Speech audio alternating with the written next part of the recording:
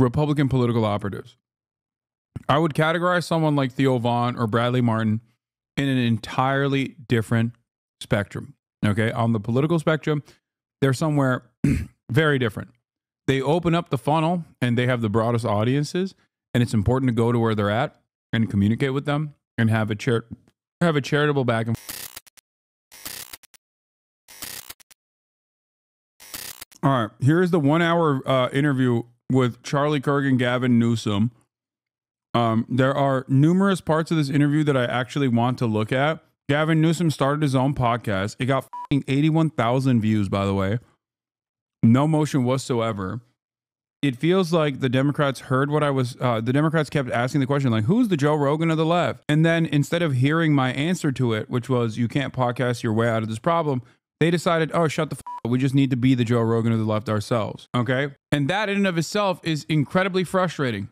But there was also a lot that he said in this conversation that he had with Charlie Kirk that was even more frustrating. It was actually what he said, the concessions that he made, that was very frustrating. I know a lot of liberals cherish Gavin Newsom. This is like very much this is very much for the Midas Touch fan base, I would say. That they think that he's like a clever, charismatic man who will one day lead the Democratic Party back to its glory, restore its former glory, and win so much that they'll say, Mr. Gavin Newsom, sir, Mr. President, sir, you are winning too hard.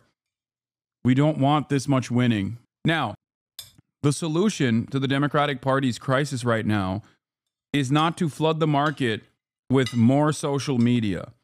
The solution to the Democratic Party's problem right now is to change its policies, okay, and address the real material harm that people are experiencing every single day. Recognize the hurt and showcase the ways in which the Republicans are not helping people. Do you understand? So for someone like myself, this is endlessly frustrating to watch because I know what must be done.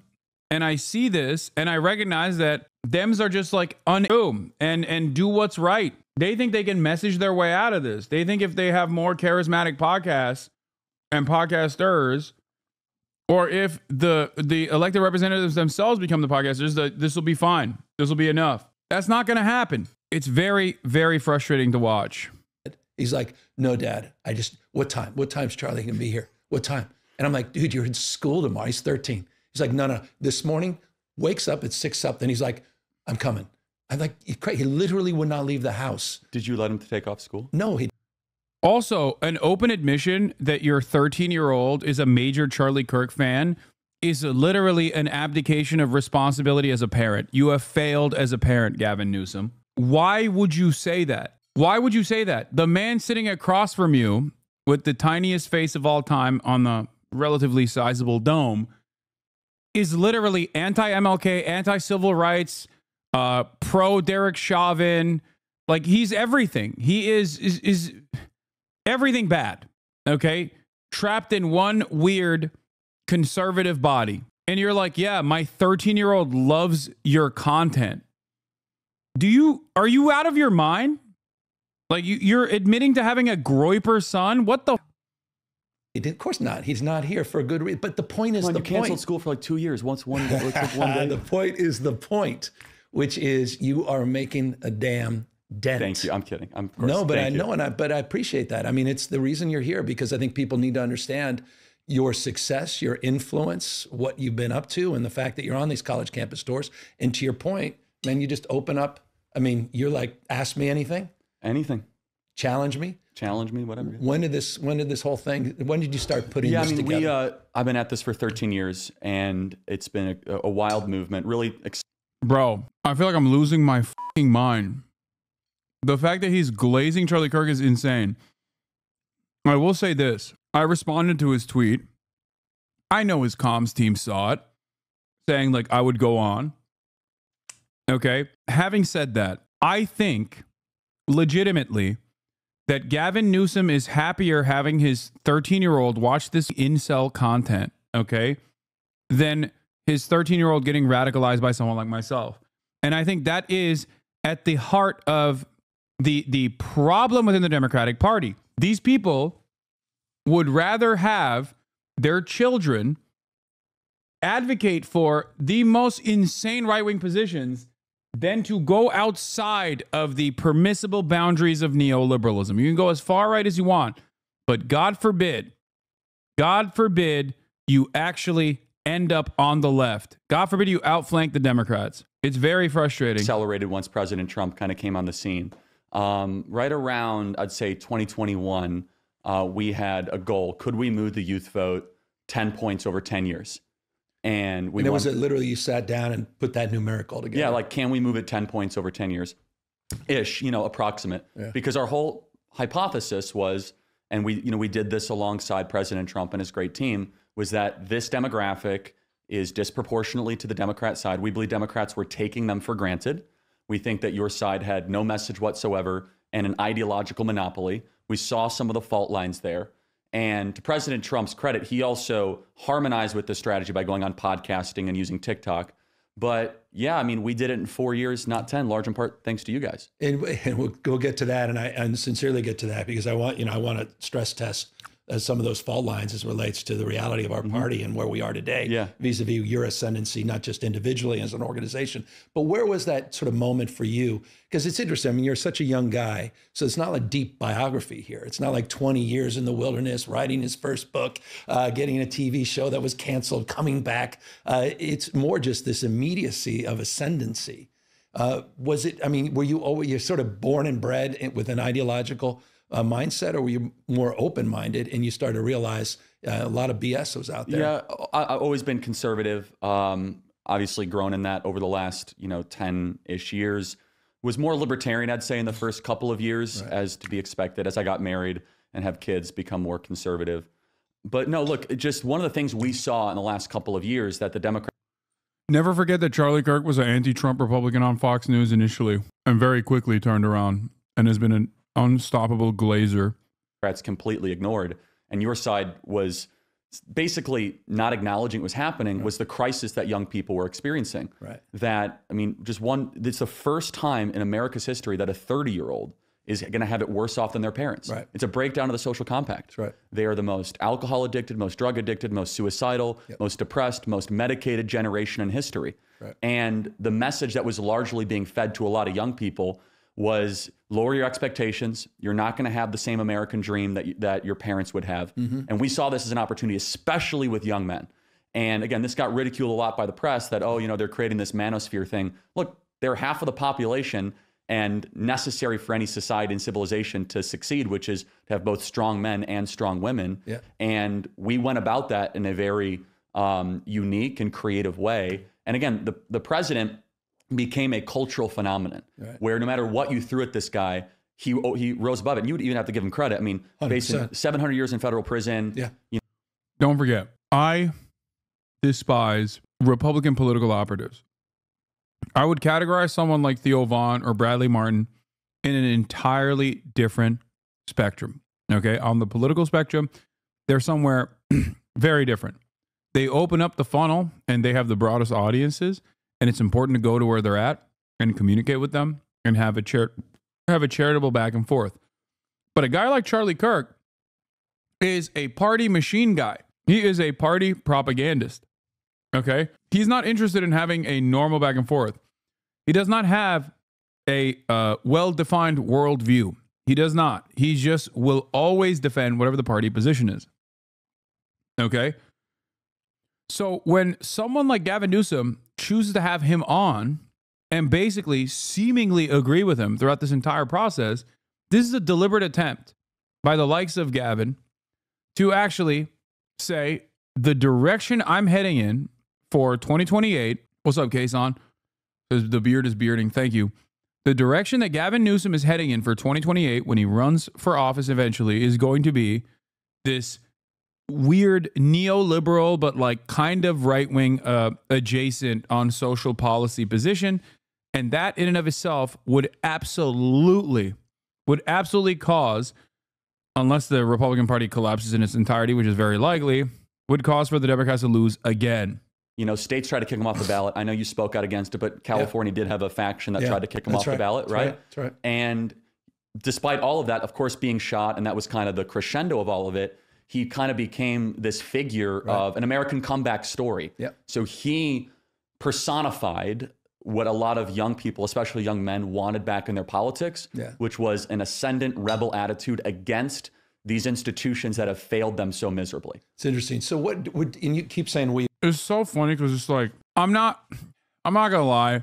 Maybe people will say you're self-glazing, but I think I have a better understanding of why Trump won than Charlie Kirk. And I'm sure Charlie Kirk has a decent understanding of why Trump won, but he's obviously trying to present it in a different package here in front of Gavin Newsom. But no, it's not because it was a comeback story. It's like completely and utterly devoid of the real material reasons as to why Trump won. And what the Democrats failed to do in the moment. It is deeply frustrating that we got guys like this becoming more and more prominent as right-wing politics becomes more and more prominent. It always has been, and it's getting worse. And I think the consequences for regular discourse are going to be impossible to comprehend. Which is interesting, and that's the organization that you created. We would be like Conservative Movement, MAGA. But yes, I have Turning Point USA, Turning Point Action, Charlie Kirk Show. Yeah. But when I'm saying we, I mean more specifically kind of those of us that saw this political moment 3 or 4 years ago. Right. But you were at this even before then. Correct. Yeah. So when did you decide to sort of just shift your gear? I mean, you were working for another Kirk, for his campaign, Mark Kirk, Mark Kirk. So you had obviously you had strong political leanings, or at least desire to sort of be in the political sphere, but not in elected office necessarily. You just want to be behind the scenes. Yeah, I mean, like the biography's been written about a million times, but I mean, didn't go to college, wanted to go to West Point, didn't get in. I'm an entrepreneur. Yeah, love it. Yeah, why didn't you get in? Organization, and it became far more successful. This is literally the reason why he became a prominent conservative person, by the way. He did a black woman took my position at West Point that I deserved. And conservatives love that shit. A lot of the DEI narratives, for the record, are exactly the same as the previous narratives. Before DEI, it was CRT. Before CRT, it was woke. Before woke, it was, thug. Before woke, it was affirmative action. Before affirmative action, it was thug, welfare queen. And then you go all the way back to the N-word, okay? That's how it works.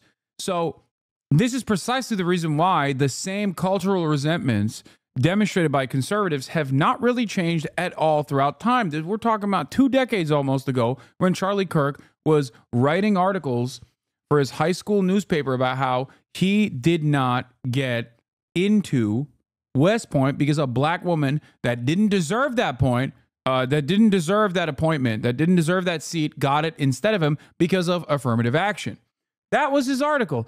It got so popular, Breitbart published it. Then he went on Fox News. Then he took the newfound fame that he saw from Fox News, because they immediately blast you, if you're young, into orbit and make you a conservative commentator. A similar thing is currently happening. The brain cancer kid, okay? Conservatives love that. When they love having like dumbass children running around being like, I love whatever, this and that. I hate DEI. Like, that's literally what it was going on for Charlie Kirk. Like, he was the dumbass child who wrote an article that went on Breitbart, that went on Fox News, and then they turned around. They turned around and he took that newfound fame and took it back to his father's friend, Foster Friess, who was a major right-wing donor to the Republican cause back then. Okay.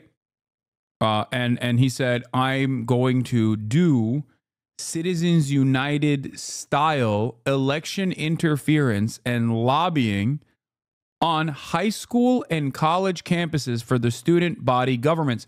These are places where woke exists. We are going to single-handedly change the political ideologies and the ideological leanings of these institutions. That's what he said. That was Turning Point USA. Now, of course, he achieved zero success in this. I can't stress this enough. Zero. He did not actually end up getting any impact whatsoever. He very famously did the diaper incident. If you remember, a lot of some of these chapters were like wearing diapers to talk about safe spaces and how shitty safe spaces were, how lame they were. whatever, all this stuff. But basically, for Charlie, his entire operation was trying to convince elderly Republican mega donors that he actually was having an impact amongst the youth. Now, the only thing that has changed since then is that now right-wing commentary does have a noticeable impact amongst the youth, and the only way that he was able to arrive at that was through TikTok. This is the first time in Charlie Kirk's career where he actually has motion amongst the youth. Part of that is because of Andrew Tate and the likes of Andrew Tate and the likes all these like whatever podcast style podcasts, the men's rights movement online. Okay, all of that stuff created an ample ground for volatile youths to feel a sense of belonging and a sense of purpose and become actively more reactionary. So that's it. That is the reason why he does actually have motion amongst the youth for the first time ever. But for his entire career, he basically lied to old people to tell them, like, give me some money and I'll make the youths more right-wing, which never really worked. There has been an active pendulum swing in terms of like youth politics in this country, and I think that spells disorder and devastation for the future. But, you know, that is where we're at. Successful than I ever could have realized. And put something there.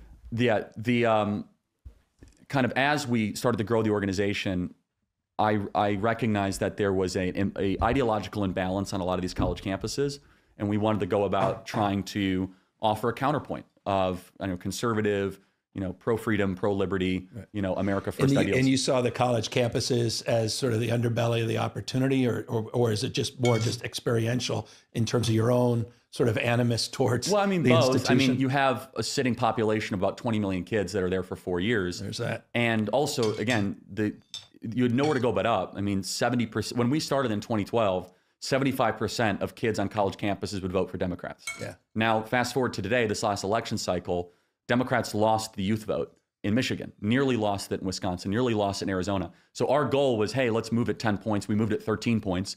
And this is important for your audience to know and for Democrats to reckon with, of which I see no signs that Democrats care at all that they're losing the next generation. We're drawing record crowds. Our ranks are expanding. The most support that President Trump has is voters under 30. 60% of voters under 30 support President Trump. That's according to Rasmussen. You might say that's a little rich. It might be, but it's directionally true. Yeah. And one of the main reasons that this has all been happening is that baby boomers have actually seen their wealth increased the last 4 years.